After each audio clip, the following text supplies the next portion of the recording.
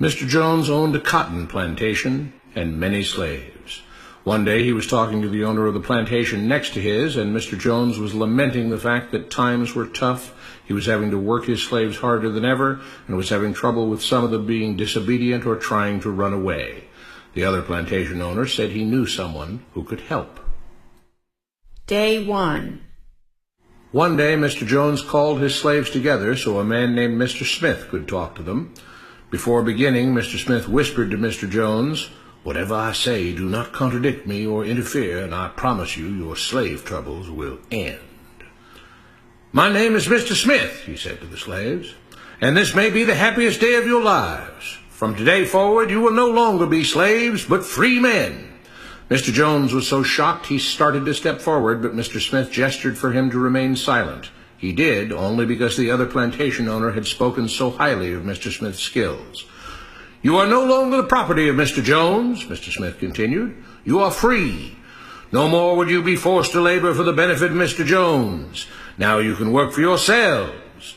Now the slaves were all murmuring and looking at each other. Many were smiling, many were looking puzzled. "In fact, you are now free to leave the plantation whenever you want," Mr. Smith said. "However, since we are surrounded by other plantations, if you leave, some other plantation owner will likely claim you as his own the moment you set foot on his property. So I urge you not to risk your newfound freedom by doing something so foolish. Instead, I suggest that you stay here, no longer as slaves, but as willing participants and part owners of this plantation. Yes, this is now your plantation." Mr. Jones bit his tongue to keep from objecting. "For now, we might as well leave Mr. Jones in charge," said Mr. Smith, "since he is the only one with any experience at running a plantation, which is quite a complicated thing to manage. But he will no longer be your master, but just another worker on the plantation. In fact, he will now be using his organizational and management skills to serve you. Whatever problems you may have had with him before, you are now all equals, and you need each other to make this work. If we all cooperate and work together, we can all reap the benefits together. In honor of this happy occasion, I present you this new symbol of togetherness and cooperation, this flag, which shall be the emblem of the new, free Jones plantation." He held up the new flag, but most of those listening were still too amazed to respond. "And this shall be our motto," Mr. Smith announced. "We work together as free men for our mutual benefit, pledging our allegiance to the Jones plantation, which stands for prosperity, liberty, and justice for all. To celebrate, everyone has the rest of the day off. Enjoy your freedom, do as you please, and be back here tomorrow morning, bright and early, so that we may begin work on this great and noble new endeavor as equal free men." Finally convinced that Mr. Smith was serious, the former slaves applauded and cheered. Day 2. "We all want this plantation to do well," Mr. Smith said at the beginning of the next meeting, "so we can all share in the benefits. We all know that it takes a lot of effort to make a cotton plantation work. Just because you're all free doesn't mean you can stop working. In fact, since you're now working for yourselves, I expect you to work even harder than ever before, but now with pride and joy, knowing that you're working for yourselves. Of course, there still have to be rules. If everyone just does whatever he wants, the plantation won't produce anything. This experiment will fail and we'll all starve. You should be thankful that Mr. Jones has agreed to stay on to lend his knowledge and skills to this endeavor, and I trust you will all do your own part to make this work. Several of you have been chosen to act as project supervisors to manage different aspects of the operation, to make sure everyone is doing his assigned job, to make sure that the rules are followed, and so on. The rest of you may head out to the fields to start your first day of work as free men." Day 3. The next morning, Mr. Smith had a grim expression on his face as the daily meeting began. "I have an unpleasant duty to do today," he said. "Yesterday, Charles was caught keeping some of the cotton he picked, presumably to sell for his own personal profit. That is against the rules. That is stealing. For that, Charles must be punished." Two men tied Charles to the whipping post. "I take no joy in this," Mr. Smith continued, "but you must understand, if we do not maintain order, if we do not have rules that we all abide by, then the plantation will fail, and we will all suffer." The whip cracked against Charles' back. "But if we all pitch in for the common good, then we can all prosper. Being free doesn't mean you should be selfish and greedy. We must each do our assigned duties and obey the rules, and then we can all benefit, and each of you will receive your appropriate share of the profits." A young man named Samuel stepped forward. "But if you and Mr. Jones decide the rules and whip us if we disobey, how is that any different from what we had before?" "How can you say that?" Mr. Smith asked. "I'm shocked. You were a slave before, and now you're free. Things still need to be managed and organized by those best qualified to do so. Do you know how to run a plantation, Samuel?" "Well, no," he answered. "But if we're free, why do we get no say in what the rules are and how things work?" "I'm surprised at your ingratitude," Mr. Smith answered. "None of you know how a plantation is run, so you're in no position to be making decisions about how things are done here.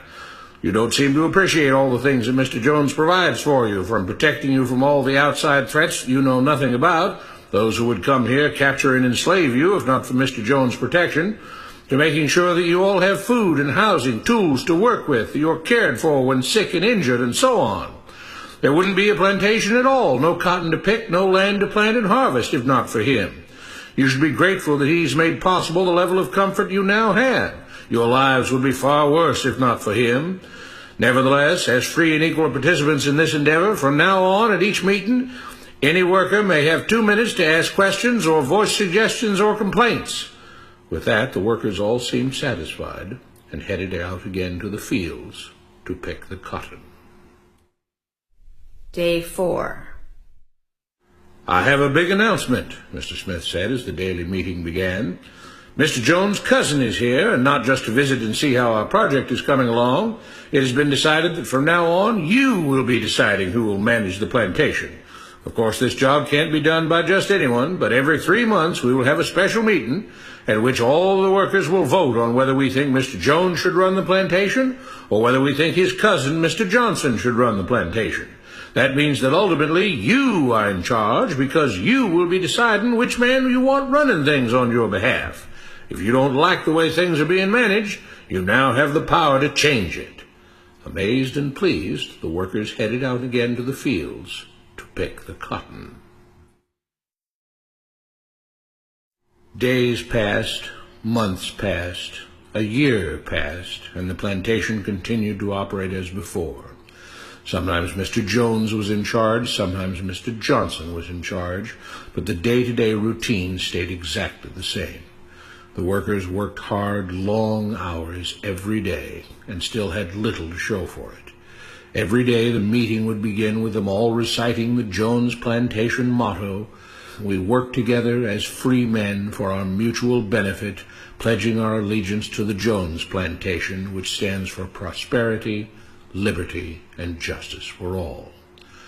One day Mr. Smith announced, "Samuel is asked to say a few words this morning, and whatever the rest of us may think of his ideas and opinions, we are all free here, and that means we are all allowed to speak our minds. So, Samuel, you have 2 minutes. Begin." Samuel stepped forward, looking scared. "I was excited when all this started," he began, glancing nervously at Mr. Smith and Mr. Jones. "But don't you all see what's happened here? Nothing has changed. We're all still slaves." There were grumbles of disagreement from the crowd. "They tell us what to do and whip us if we don't. They still make all the rules and punish us if we disobey. They let us make suggestions and complain about things, but they never really change anything. They let us choose between Mr. Jones and Mr. Johnson, but what's the difference? The situation stays the same. We do all of the work and they take as much as they want and decide how much they'll let us keep. They live in luxury, made rich by the cotton we pick. We do all the work and have to build our own huts, grow our own food, and take care of ourselves. They leave us just enough that we don't revolt or run away. This is not freedom. We're all still slaves. They've only changed the words they use, but nothing else has changed. They say we're all free and equal, but we're not. They command and we obey. That's not freedom. That's not equality. They say we're free to leave, but all that means is that we're free to be someone else's slave. Why should we work or obey the rules? We didn't agree to this. They made the system. They forced it on us. They control and rob us and call it freedom. They've deceived you into thinking that being able to choose which slave master you'll work for is the same as being free. It's not. Open your eyes. If you keep what you produce, they call it stealing. When they take what you produce, they call it sharing and fair distribution. Can't you see that this is all your time is up, Samuel? Mr. Smith announced calmly. At his gesture, two supervisors grabbed Samuel by the arms and led him to the whipping post. I'm sorry, Samuel, but you've broken the rules. There are rules against encouraging others not to work and encouraging others to break the rules. You're only hurting all of us with your discontentment and your complaining and your disobedience. The whip fell, and Samuel let out a grunt. Without rules, without order, all would be lost. Without law, there would be chaos. We can't just behave as wild animals, each doing whatever he pleases. We must all follow the plan and all do our duty for the betterment of everyone. And those who do not must be punished. The whip fell again, and blood flowed freely from Samuel's back. Samuel, it is you who are stealing from the others. When you don't do your assigned work, you are making more work for others. When you disobey the rules, it is you who are endangering the future of everyone else here. You are the thief. You are the criminal. You are the one trying to destroy the arrangement that keeps us all safe and prosperous. At every lash of the whip, the other workers cheered louder and louder, some yelling curses at Samuel. Being spoiled and selfish, you complain about everything, talking as if you're oppressed. But you are the one ruining things. You are the one keeping us from being all we could be. It is your greed and your rebelliousness that is hurting all of us. They all play by the rules, Mr. Smith said, gesturing at the others. What makes you think that you don't have to? You think you're above the law? There were loud yells of agreement as the whip fell again. We must maintain order, Mr. Smith proclaimed, to make this plantation great, to make it so that we can all be happy and prosperous. To have the society we want, there have to be rules. We all have to contribute our fair share to this great endeavor, and we cannot tolerate actions and attitudes that seek to undermine the amazing things that together as free men we have achieved and will continue to achieve. Mr. Jones was smiling as he gave Mr. Smith a pat on the back. The crowd was cheering so loudly that none of them had noticed that Samuel had died.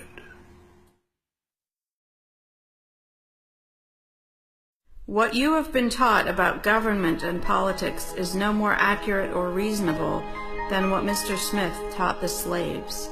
If you're ready to look through the veil of rhetoric and propaganda to see the reality beneath, get a copy of The Most Dangerous Superstition. It will change the way you see the world.